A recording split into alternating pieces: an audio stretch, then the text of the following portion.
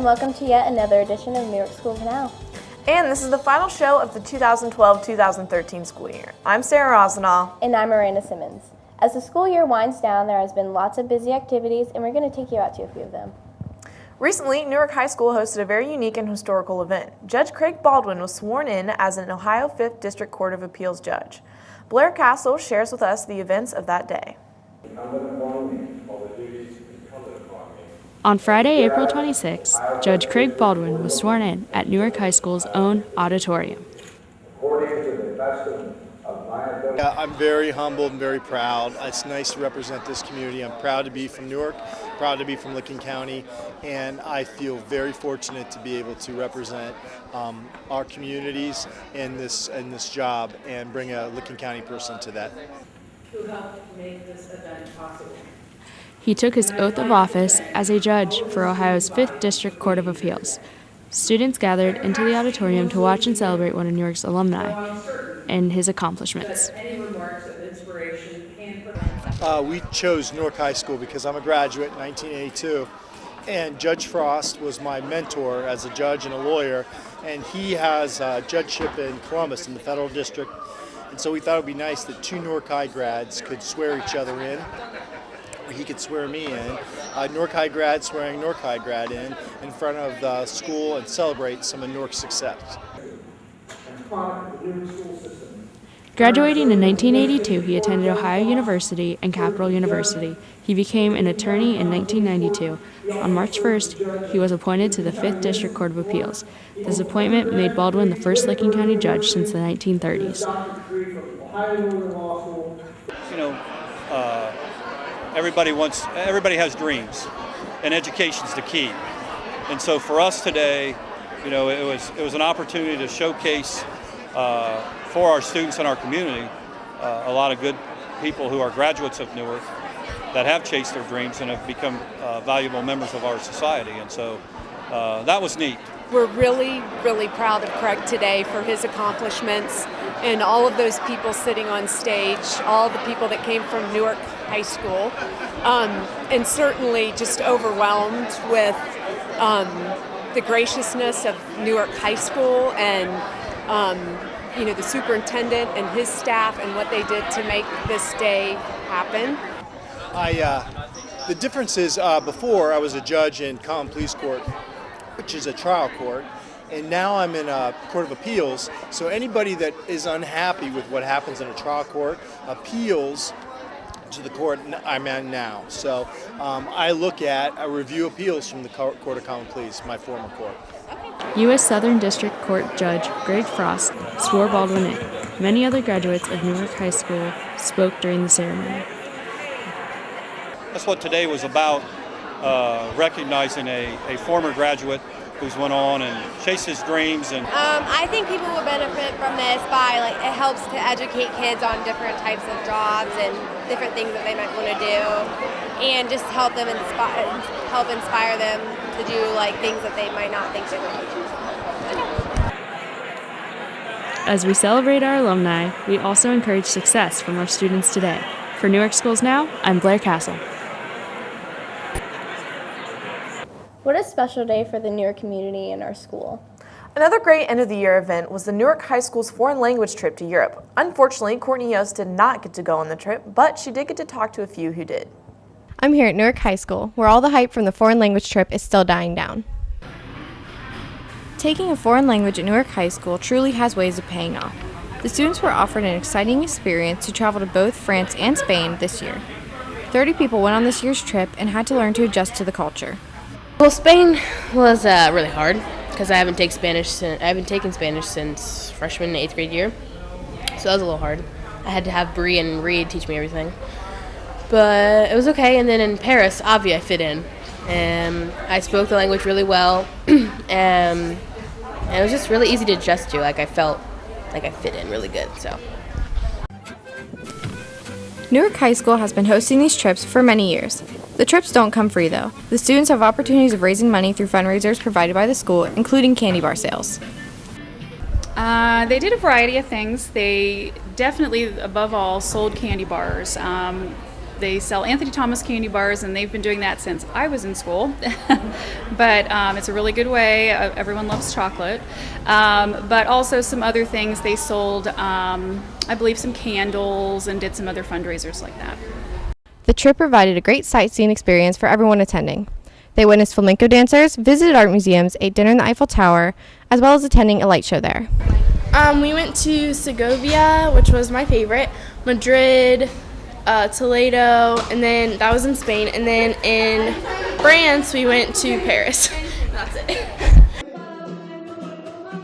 It's safe to say the trip was muy bueno. For Newark Schools Now, I'm Courtney Yost.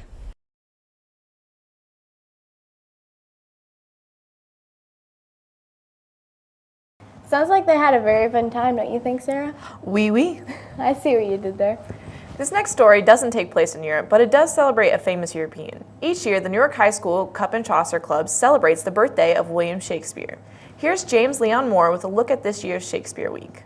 For a long time now, students in Cup and Chaucer have put on a Shakespeare Week on the week that Shakespeare was supposedly born. Throughout the week, lines from plays that Shakespeare wrote are announced on the morning announcements, and students must find an English teacher to give them an answer, and if the answer is correct, they win a prize. Shakespeare Week has been going on much longer than I've been here. A teacher by the name of Mr. Robert Kazor started it a long time ago, and it was originally a travel program. Kids would get together and they would talk about all things English as they planned a trip to, usually I think it was England. The week prior, students have an opportunity to buy Shakespeare Week themed t-shirts to wear on the Friday of Shakespeare Week. Students can also buy buttons that earn them candy throughout the week. Quote contest. Kids have the opportunity to purchase buttons and then they get candy, and we do the t-shirts, which is kind of fun, and we do the cake contest.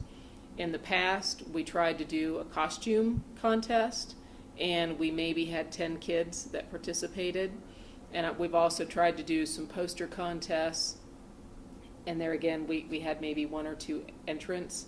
And so maybe in the future we'll come back with some of those other contests, but right now we're just kind of sticking to the big ones that kids are really interested in being involved in. The last event of the week is the cake bake. Students make cakes that match the Shakespeare Week theme. This year's theme was superheroes. I'm James Leon Moore for Newark Schools Now. Those cakes look super. And the people who bake them are heroes to me. You recently reported on a dinner event at Sparta Restaurant, didn't you? That's right, I did. Let's check it out.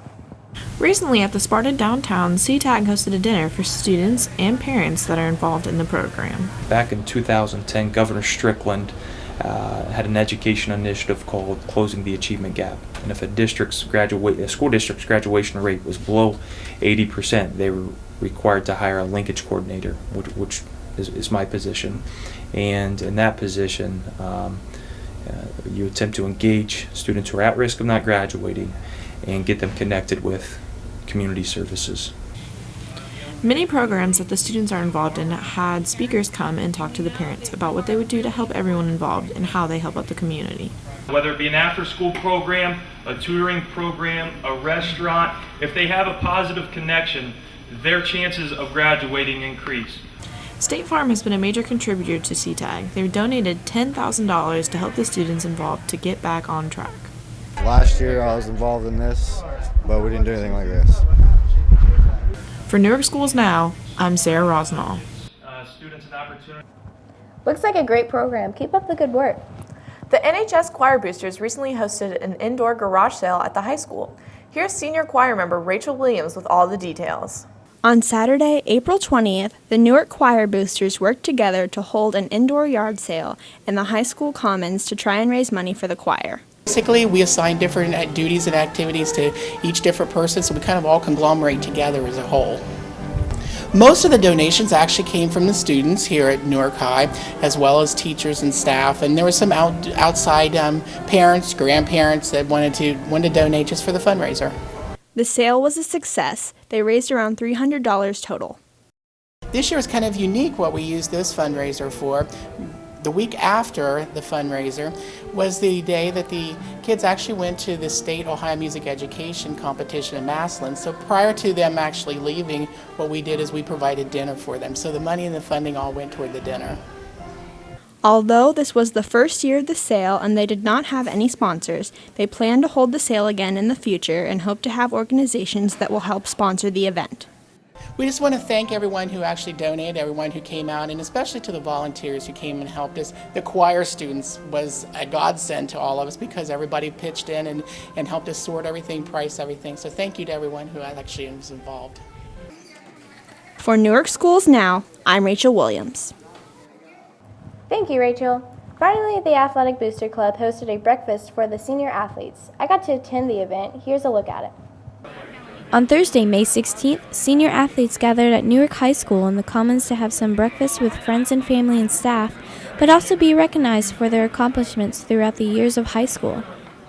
Mr. Quackenbush, the athletic director of Newark High School, tells us about the event. We invited all 54 seniors. They all will receive a gift, and just to show our appreciation for all their hard work the last 6 years, really, from middle school all the way through high school. And then we have different awards that we give out every year. One of the last times where all the just senior athletes can get together and be recognized as a whole for their accomplishments throughout their high school career.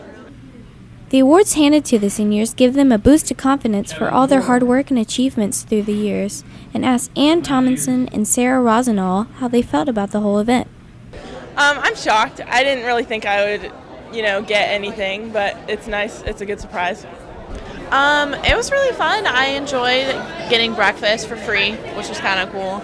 And it was really nice to see all the seniors all together, dressed up, getting awards, and just feeling really good about themselves. The breakfast and all the decorations were organized by Pam Evans and Joanne McLean, who did a wonderful job. Overall, it was a great way for the seniors to spend some last moments with each other at the end of their high school year. From Newark Schools Now, I'm Miranda Simmons. Hey, I made the story! Congrats to all the graduating senior athletes. That brings us to the close of this show and to the season of Newark Schools Now. Be sure to look for up-to-date information about New York City schools on our district's Twitter feed, Facebook page, and YouTube channel. We had a great time bringing you news and information from around the school district all year. We hope you've enjoyed our shows. From all of us graduating seniors from Newark Schools Now, thank you for watching and be sure to tune in next year for a new season. Bye!